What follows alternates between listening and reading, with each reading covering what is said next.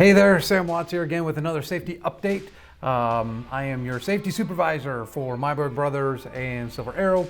All that good stuff. So thank you for taking time out of your busy day. And I know you guys are busy out there. And I really appreciate you guys taking time to watch this. Hopefully this has been very informative.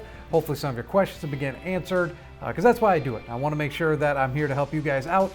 And any way I can do that, even if it's making some crazy little videos here for a couple 10 minutes or whatever, I'm happy to do it. So if you do have questions about anything, as always, reach out to me. You can email me, call me, text me, whatever. I'm always available. Well, I shouldn't say always available.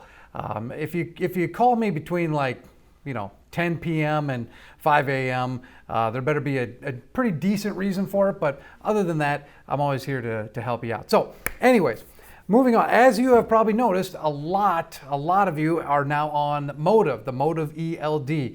And I know usually I start off with good news in this video, and this is good news despite what some of you might think, because Motive is really good, okay? I know it's different than Geotab, but once you get the hang of it, it's a really good ELD system. And on the back end, as far as stuff that we can see in the office, it's extremely good. It's really user-friendly, and it does everything that we need it to. Hopefully you guys have noticed, those of you on Motive, that we aren't calling you as much or not reaching out to you as much, because a lot of information that we need, we automatically get, like what trailer number you have, where you are at, really, what's your ETA. We can find all that stuff now on Motive, so we don't have to bother you guys out there on the road. Hopefully you're noticing that. So that is a good thing. One question that I begin a lot of, so I wanted to address it here on this video, is the split sleeper berth. Now, I've gone through kind of how to do a split sleeper berth. You have the 7 and 3 split or the 8 and 2 split. You have to do a consecutive 2 hours or 3 hours, and then the consecutive 7 to 8 hours after that. We've already gone through all that, but what Motive does is thrown some of you for a loop, and so I just wanted to address it real quick. You'll notice that if you're doing a split sleeper in Motive, let's say you do your 2-hour split. You took 2 hours off duty, and now you're ready to get going again. But a lot of you have called and said, hey, it's throwing me into violation now. My line is red. It's in violation. Yes, it technically is, okay? Technically, you are in violation. And now, I'm not sure if this is a regulation type thing that Motive itself has to follow. I know that the FMCSA has a lot of rules for ELD systems. I probably get at least 1 or 2 emails a week of different ELDs that FMCA has kicked out of the program because they're not following all the regulations. So I'm sure there's some regulations behind that, and that's why Motive shows you in violation, because technically you are in violation until you complete the second part of the split. So this has been throwing a lot of you off, and I completely understand it, because it's a little jarring. I know all of you want to make sure that your logs are good, and when you see that little red line in there, it can get a little bit nerve-wracking, because you don't want to be out there in violations. You're not, okay? Just hear it from me. You're not in violation if you are doing a proper split berth or proper sleeper berth split. You know what I'm trying to say. So if you're doing that, now, if you've only done like an hour and 50 minutes, you haven't done the proper split yet, and so you are in violation.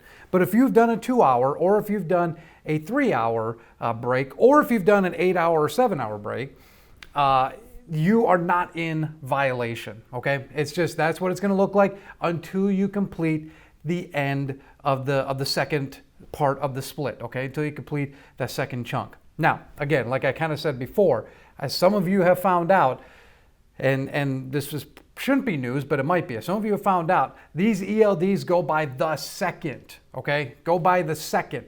So if you shut down at 10 p.m. and 30 seconds, you can't start it back up until you've taken the full 10 hours off to the second, okay? So I like to tell guys, just give yourself an extra 5 minutes maybe, okay? 5 minutes really shouldn't make or break what you're trying to do out there. If it does, maybe we should have planned a little bit better, but I get it. I'm not judging, hey, not doing any of that. But make sure that you take the proper 10-hour break, okay? I've seen way too many logs already that some of you have left and you were 3 minutes, dude. I saw one just the other day, 48 seconds, okay? They started their clock 48 seconds too soon, and that completely threw off their entire day, okay?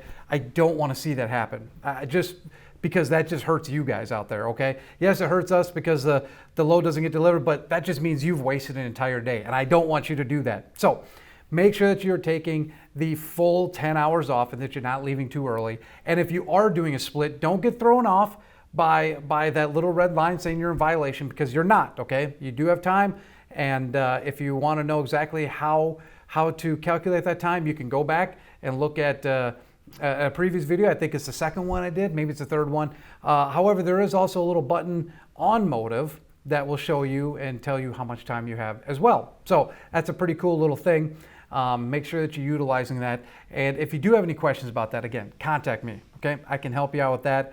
We can make sure that you're not actually in violation, that you're just doing a proper split berth. So anyways, now on to the dash cam film room.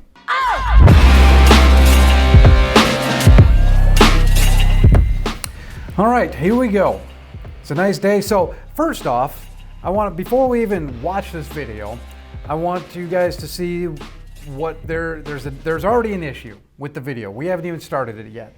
And as I'm sure you could tell, it is most likely this GPS that is hanging in front of the dash cam, okay? That is a no-no. We don't want that, because as you'll be able to see here in the video coming up soon, we can't see the full thing. We can't see, if there was a collision, which there isn't in this video, but if there were, we wouldn't be able to see it if you hit on the front there, on the front right side. So if you think that you might have something obstructing the dash cam, and I can see it too, and there's been a couple of you I've talked to saying, hey, you got to move some stuff. But if you're hanging stuff up in the windshield, just be aware that dash cam's got a pretty big field of view, okay? I know the hole is only about that big, but it can see quite a bit there. So make sure you don't have anything hanging in front of your dash cam. And if you want something in the middle where it's by, call me and I can take a look and say, hey, yep, you're good, or can you move it down slightly? We can make sure that it's not impeding the field of vision. So that's one of the issues right off the bat. So now we can get going and watch the video here. Got a semi-truck on the right side, got the barriers on the left side, and we have a van coming in to our lane, and I didn't see any turn signals. I don't think there's any turn signals. My guess is this person driving the van was probably texting, maybe looking for a CD to play in the stereo, maybe talking on the phone. I don't know. They were distracted. I don't think they were meaning to come into the left lane, and they got really close to our truck. So, two things here. We have said this time and time again. Watch out for cars, because they don't know how to drive well anymore, okay? I don't know what it is. I'm not a driving instructor, but it just seems like people in cars are just not doing a good job anymore driving. You're the professional driver. You need to make sure you watch out for them, okay? I know I'm putting a lot of pressure on you, putting a lot of responsibility on you, but you're the ones with the commercial driver's license, okay? You're the ones that do this for a living. You're better at driving than they are, okay? So just be aware of that. However, in this video, as we can see, we get pretty close to the car, okay? Kind of too close. And again, that thing is hanging in the windshield, so I can't really tell exactly how close we get, but my guess is we get pretty close. Now, I don't know if the driver of our vehicle here was trying to scare the van and saying, hey, get out of my way or something like that, or if they were distracted. Either way, it's not a good look, okay?